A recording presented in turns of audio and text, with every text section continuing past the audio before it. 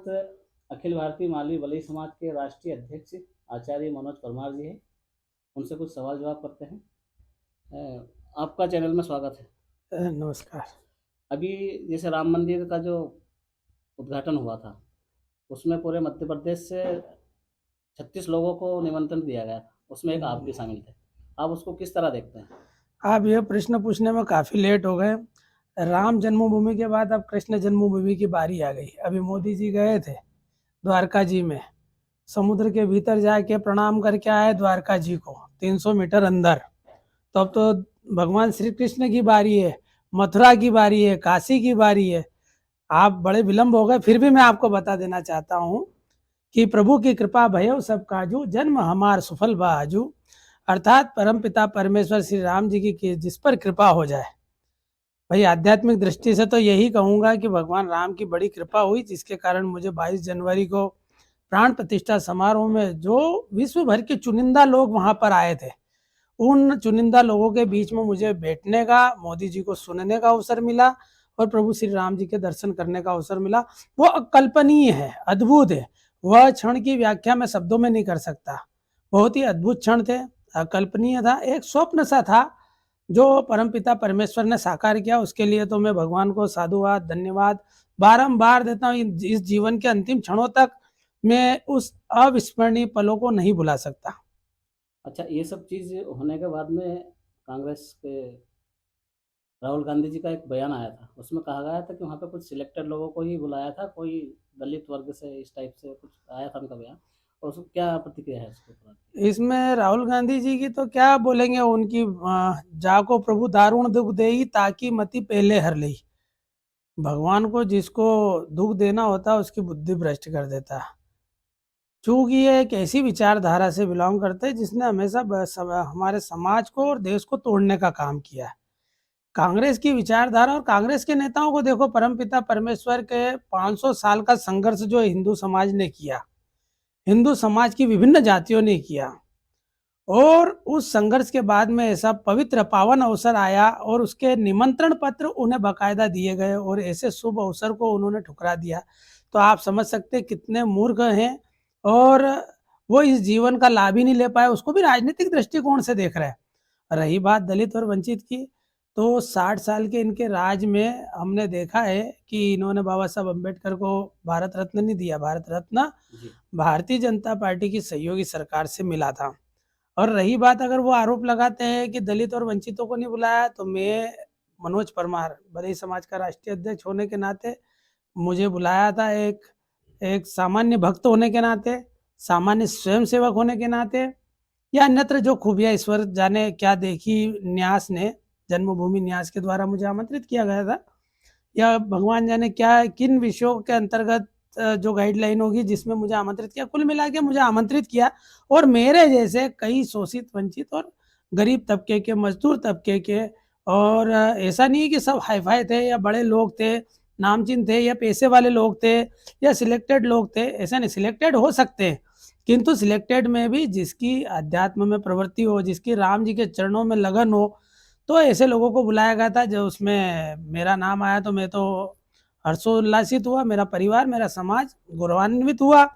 और मैं साथ ही ये कहना चाहता हूँ कि वे जो बात करते हैं व्यर्थ की बात करते हैं, क्योंकि ये जो कांग्रेस की पार्टी है दलित अल्पसंख्यकों को शुरू से पिछले आज़ादी के समय से मूर्ख बनाते आई है, और हमारे दलित समाज को तो आज तक मूर्ख बना रहे हैं ये लोग इनको गुमराह करते हैं। आज तक इन्होंने इनकी शिक्षा के लिए, दीक्षा के लिए, इनके आवास के लिए कोई योजनाएं चालू नहीं करी, इनके उत्थान के लिए, इनकी उन्नति के लिए कोई योजनाएं चालू नहीं करी। और इनकी योजनाओं का यदि लाभ मिलता तो निश्चित ही दलित समाज इनके साथ होता, किंतु अब दलित समाज जाग चुका है। संपूर्ण अनुसूचित जाति वर्ग में मोदी जी का जो नेतृत्व है उसको स्वीकार किया संपूर्ण अनुसूचित जाति वर्ग ने, और ये मानते हैं कि भारतीय जनता पार्टी के बैनर तले जो केंद्र की सरकार या राज्य की सरकार है, उनके माध्यम से दलितों का कल्याण हो रहा है, दलितों की उन्नति हो रही है, और दलितों के लिए जो योजना चलाई जा रही है, आप भले उसमें स्वच्छ भारत अभियान ले लो, उज्ज्वला ले लो, या आयुष्मान ले लो, आप लाडली बहना ले लो, वृद्धा पेंशन ले लो, आप सड़कों का जाल ले लो, वो हर तरीके से देखेंगे तो अनुसूचित जाति वर्ग जो है आज अपने आप को जो है सुरक्षित महसूस कर रहा है। और कहीं ना कहीं इन सब के पीछे भारतीय जनता पार्टी की जो जन कल्याणकारी नीतियां हैं उसका हाथ है, बराबर हाथ है। इसलिए अब दलित समाज जाग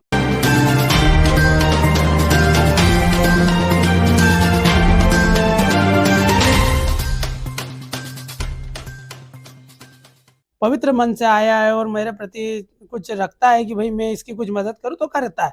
उसी प्रकार आज यदि मैं एक छोटे से समाज का दायित्ववान कार्यकर्ता होते हुए यदि मैं पवित्र भाव से कोई कार्य करता हूं तो जनमानस का मुझे आशीर्वाद मिलता है। और यदि अगर मुझे वो अवसर भी देती है पार्टी तो मैं स्वीकार करके और ताकत से ज़्यादा काम करेंगे। आज हम कुछ जगह काम करते हैं, हम बहुत जगह काम करेंगे और बहुत जगह को विकासशील, उन्नतिशील और स्वरोजगार की प्रेरणा, स्वावलंबन की प्रेरणा, इन सबसे ओतप्रोत काम करने का एक मन है, एक भावना है कुछ अच्छा करने की और अच्छा करने की। करते तो हैं, कुछ और अच्छा करने के जरूर जुनून है, एक उत्साह है।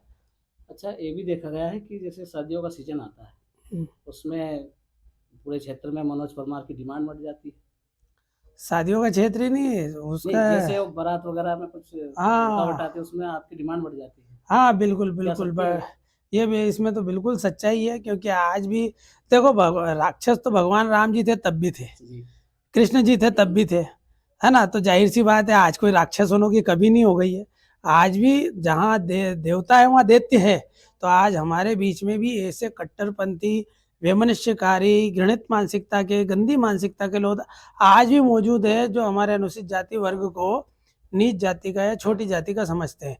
और आज भी ग्रामीण अंचलों में, इंटीरियर में कई जगह ऐसा होता है कि हमारे अनुसूचित जाति वर्ग की बारात निकलती है तो उनको निकलने नहीं देते या अन्यत्र उनके साथ जाति भेदभाव करते हैं, मंदिरों को लेकर जाति भेदभाव करते हैं। तो वो मेरी लड़ाई है और वो मैं बराबर लड़ता रहूंगा। हिंदू के साथ आप इसका विकल्प निकालते हैं। हम हिंदू हैं, हम सनातनी हैं, ये चीज कभी ना भूलते हुए मेरे संगठन को, मेरे समाज को जागरूक करता रहता हूँ।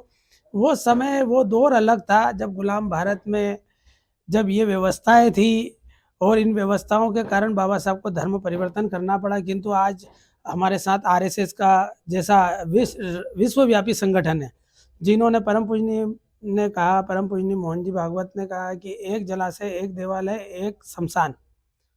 अर्थात ये है कि गांव में एक देवालय हो जहाँ सभी मिलकर प्रार्थना करें। अर्थात ये है कि गांव में एक कुआं हो जहाँ सभी लोग पानी पी सकें, और एक शमशान हो जहाँ पर सब लोगों का, मतलब जो मृत आत्मा है या मृत शरीर है उसका अंतिम संस्कार, दाह संस्कार कर सके। तो ये सब एक होना चाहिए, क्योंकि हम सब हिंदू हैं, हम सब सनातनी हैं। हम सबकी जातियाँ अलग हो सकती है किंतु हम सबका ईश्वर एक है, हमारी निष्ठा एक के प्रति है। जो रामकृष्ण बुद्ध महावीर है, जो हमारी सनातन परंपरा है, जो हमारी संस्कृति है, उसके प्रति हम सबका भाव है। मान्यता है, पंथ अलग अलग हो सकते हैं किंतु हम सबका ईश्वर एक है, वो है राम। अच्छा, जैसे अभी पिछले विधानसभा चुनाव में मालवा, निमाड़ सहित पूरे मध्य प्रदेश में आपने काफ़ी विधानसभा में जो है भाजपा का काफ़ी समर्थन किया है, तो क्या परिणाम रहे उसके? लगभग 23 से अधिक सीटों पर मुझे भेजा गया था कि अनुसूचित जाति वर्ग और सभी समाजों में, मुख्य रूप से अनुसूचित जाति वर्ग, तो वहाँ पर मैंने भारतीय जनता पार्टी की रीति नीतियों से अवगत कराया है।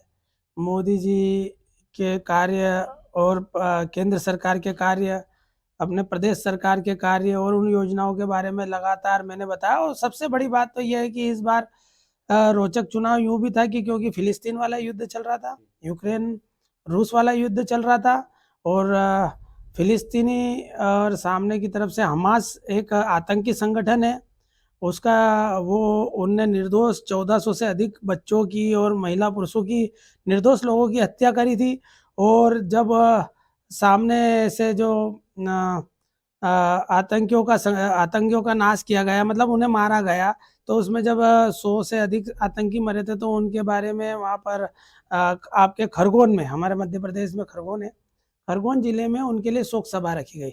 आप ये बताओ, इस आज़ाद हिंदुस्तान में स्वतंत्रता का अधिकार है या विचारों की अभिव्यक्ति का अधिकार है? इसका मतलब ये थोड़ी कि आप आतंकवादियों को आप श्रद्धांजलि दोगे क्या?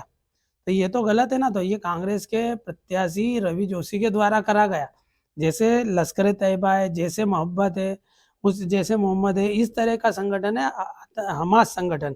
और ये हमास संगठन ने उस समय फिलिस्तीन में इस तरह का काम किया। हमने यही बात करी कि आपको देश को जोड़ने वाली ताकत के साथ रहना है या देश को तोड़ने वाली ताकत के साथ रहना है।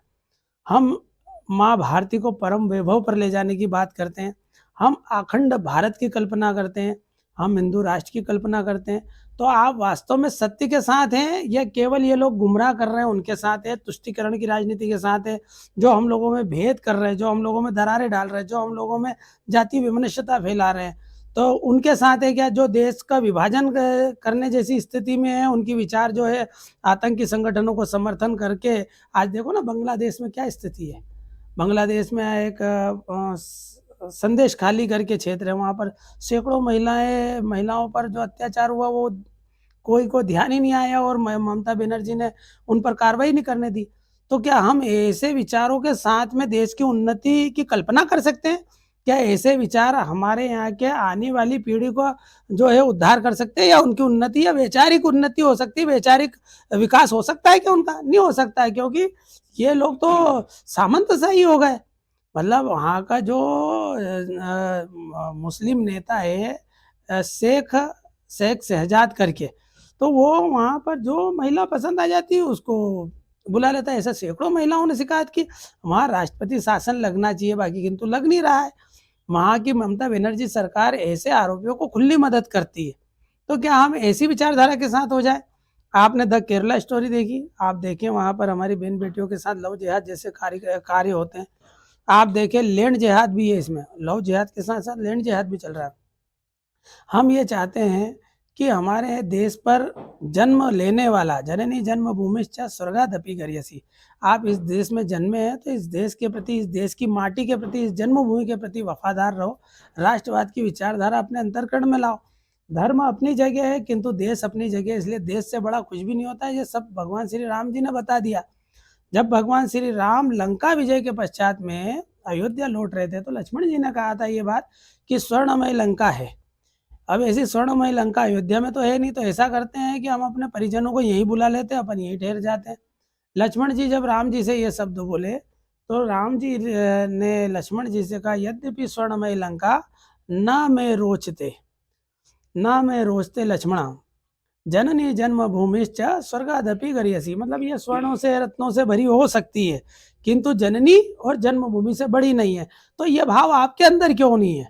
ये भाव सभी के भीतर होना चाहिए। जो इस भारत भूमि पर जन्मा उसके लिए ये भारत भूमि पवित्र और पावन के साथ साथ मातृ तुल्य होना चाहिए, माँ के समान होना चाहिए, और उसकी रक्षा भी माँ के समान उसको करना चाहिए, और उसकी सेवा भी माँ के समान करना चाहिए। सर, पृथ्वी न्यूज़ से आपने बात की उसके लिए बहुत बहुत धन्यवाद। पृथ्वी न्यूज़ के दर्शकों को क्या संदेश देना चाहेंगे?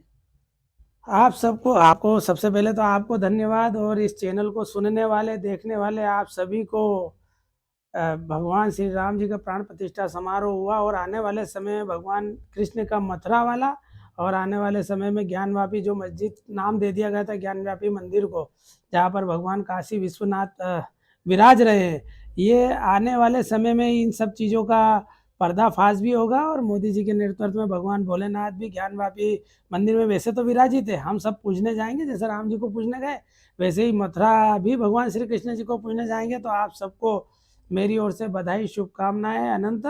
और मैं तो यही मानता हूँ कि सबके कल्याण की कामना और सबके भले की कामना आपके हृदय अंतर्गत होना चाहिए। ये नर की सेवा ही नारायण सेवा है, इससे बड़ा कुछ भी नहीं हो सकता। इसलिए सभी के प्रति पवित्र भाव रहे, सभी के प्रति प्रेम का भाव रहे, इससे बड़ी कोई सेवा नहीं हो सकती। बहुत बहुत धन्यवाद। जय हिंद, जय भारत, जय श्री महाकाल। धन्यवाद। डबल ये तो है, एक करना है ना, बस ये तो यही टिकट दिलाएंगे।